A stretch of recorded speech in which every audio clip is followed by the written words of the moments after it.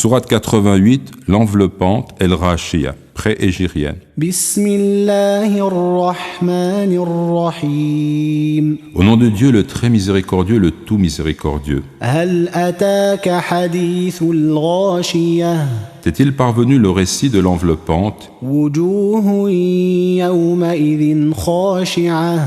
Il y aura ce jour-là des visages humiliés, 'amilatun nasibah. œuvrant, peinant, Tasla naran hamiyah. exposés à la chaleur d'un feu ardent, تسقى من عين آنية abreuvés d'une source bouillante. ليس لهم طعام إلا من ضريع Il n'y aura pour eux d'autre nourriture que du daria, لا يسمن ولا يغني من جوع qui n'engraisse point, ni n'apaise la faim. وجوه يومئذ ناعمة Il y aura ce jour-là des visages resplendissants de félicité, لسعيها راضية satisfaits de leurs efforts, في جنة عالية dans un jardin élevé. لا تسمع فيها لاغية Ils n'y entendront aucune parole futile. فيها عين جارية Il s'y trouve une source vive. فيها سرر مرفوعة Il s'y trouve des lits surélevés وأكواب موضوعة et des coupes posées ونمارق مصفوفة et des coussins rangés وزرابي مبثوثة et des tapis étendus çà et là. Commentaire, sens des expressions et explications. T'est-il parvenu? L'interrogation est là, comme l'expliquent les commentateurs, pour attirer l'attention de l'auditeur et motiver son écoute. L'enveloppante, El-Rashia, celle qui recouvre, c'est le nom de la sourate. Il désigne le jour de la résurrection, qui couvrira toute chose. Autre interprétation possible, El-Rashia renverrait au feu de l'enfer, mais le premier sens est le plus évident. Des visages humiliés et plus loin, des visages resplendissants de félicité. Le visage est la partie la plus noble du corps humain.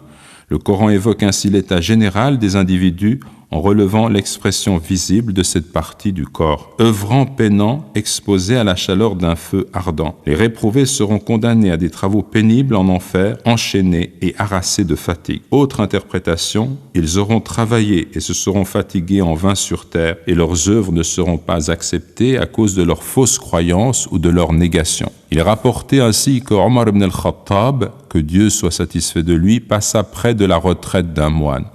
Il l'appela « Ô moine ». Ce dernier apparut et Omar se mit alors à le regarder tout en pleurant. On lui demanda « Ô commandeur des croyants, qu'est-ce qui t'amène à pleurer à la vue de ce moine ?» Omar répondit « Je me suis rappelé la parole de Dieu dans son livre, œuvrant, peinant, exposé à la chaleur d'un feu ardent. C'est cela même qui m'a fait pleurer », rapporté selon le commentaire de Ibn Kathir. Omar avait eu pitié de ce moine parce que sa croyance n'était pas conforme au monothéisme et que ses actes ne pouvaient donc être acceptés et lui assurer son salut dans l'au-delà. Il n'y aura pour eux d'autre nourriture que du daria. Le daria, c'est une plante épineuse, au goût fortement amer, qu'on trouve en climat désertique. Quand elle est verte, elle porte le nom de shibriq, et lorsqu'elle est asséchée, on la nomme daria. Les commentateurs soulignent qu'elle devient alors vénéneuse et que les animaux n'en consomment pas. Il y aura ce jour-là des visages resplendissants de félicité, satisfaits de leurs efforts. Ils seront heureux de voir leurs efforts récompensés. Ils n'y entendront aucune parole futile, aucun discours vain et erroné. L'aria, le terme peut renvoyer également à des propos nuisibles, selon Ibn Abbas, que Dieu soit satisfait de lui et de son père, ou à des mensonges, selon Mujahid et Qatada. Cela est rapporté dans le commentaire de At-Tabari. Il s'y trouve une source vive, Aynun Jariya, textuellement une source courante. Des lits surélevés. Ces lits, selon les commentateurs, viendront se poser à terre lorsque les élus voudront s'y reposer.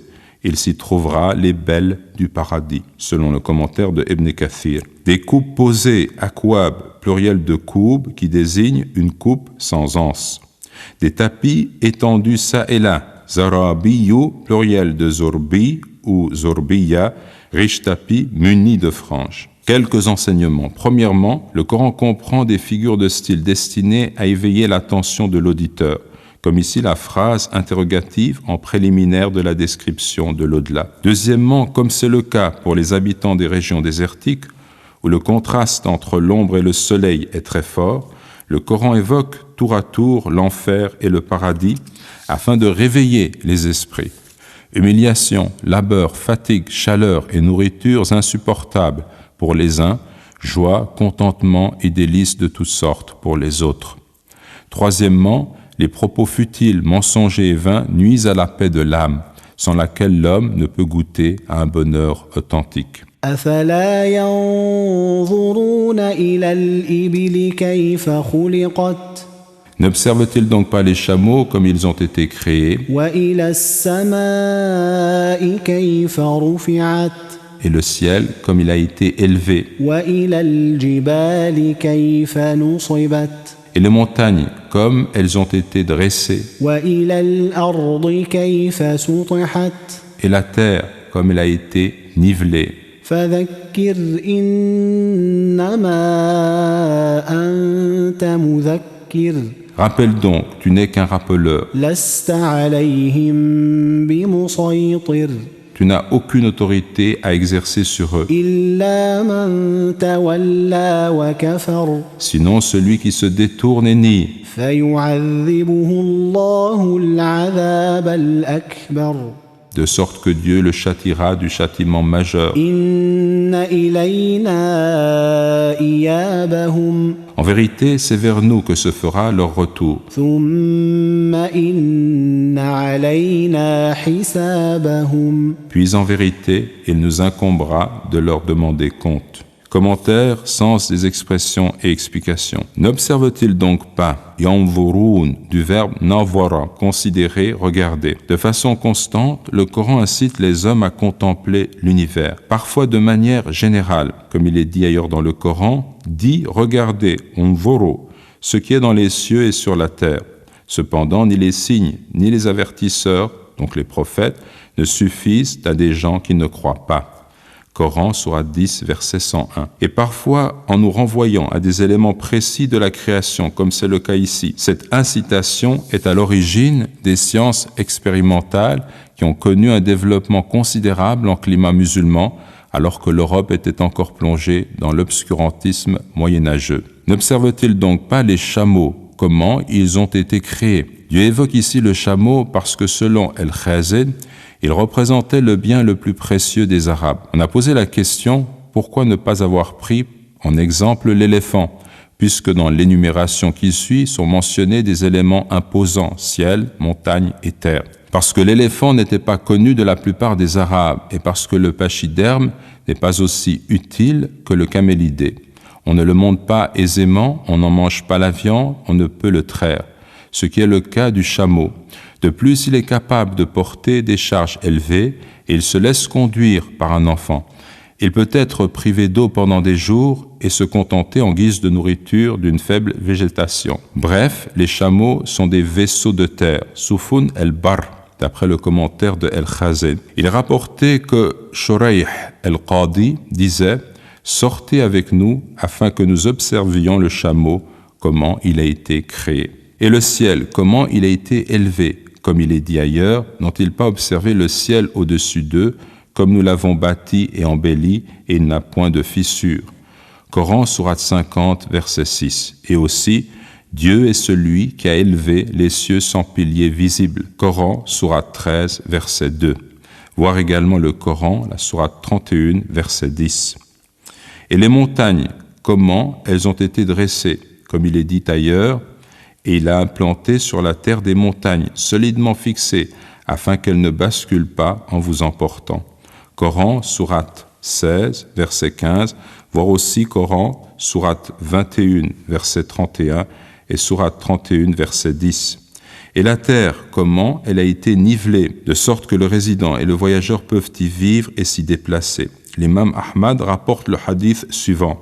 Anas, que Dieu soit satisfait de lui, a affirmé: il nous avait été interdit d'interroger le messager de Dieu, sallallahu alayhi wa sallam, sur un sujet quelconque, si bien qu'il nous plaisait de voir venir un bédouin sensé qui lui posait des questions alors que nous l'écoutions. Un jour, un bédouin se présenta et dit « Ô Muhammad, ton messager est venu à nous, et il a prétendu que tu prétends que Dieu t'a envoyé. » Il a dit vrai, déclara le prophète, sallallahu alayhi wa sallam. Qui donc a créé le ciel, demanda le bédouin. Dieu, répondit le prophète, sallallahu alayhi wa sallam. Qui donc a créé la terre? Dieu. Qui donc a dressé ces montagnes, et qui a mis ce qu'il y a mis? Dieu. Le bédouin ajouta, par celui qui a créé le ciel et la terre, et qui a dressé ces montagnes, c'est vraiment Dieu qui t'a envoyé? Oui, répondit le prophète, sallallahu alayhi wa sallam.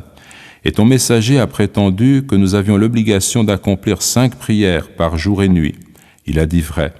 Par celui qui t'a envoyé, c'est Dieu qui t'a ordonné cela? Oui. Et ton messager a prétendu que nous avons l'obligation de faire l'aumône d'une partie de nos biens. Il a dit vrai. Par celui qui t'a envoyé, c'est Dieu qui t'a ordonné cela? Oui. Et ton messager a prétendu que nous avons l'obligation de faire le pèlerinage à la maison sacrée pour celui qui a la possibilité de s'y rendre. Il a dit vrai. Puis le bédouin s'en retourna en disant, par celui qui t'a envoyé avec la vérité, je n'ajouterai rien à ses obligations, ni n'en retrancherai rien. Le prophète sallallahu alayhi wa sallam déclara alors, s'il est sincère et se montre fidèle à ce qu'il dit, il entrera certes au paradis. Rapporté également par Al-Bukhari et Muslim, selon le commentaire de Ibn Kathir. Rappelle donc, tu n'es qu'un rappeleur, tu n'as aucune autorité à exercer sur eux. Comme il est dit ailleurs, ton devoir est seulement la communication du message, et c'est à nous qu'il incombera de leur demander des comptes. Coran, sourate 13, verset 40. Et également, tu n'as pas à exercer sur eux une contrainte.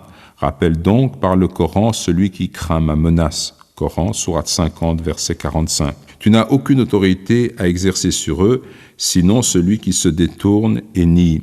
Sinon, illa, que l'on traduit par sinon, sauf, excepté, exprime généralement une exception, mais sert également, selon le contexte, à affirmer une opposition.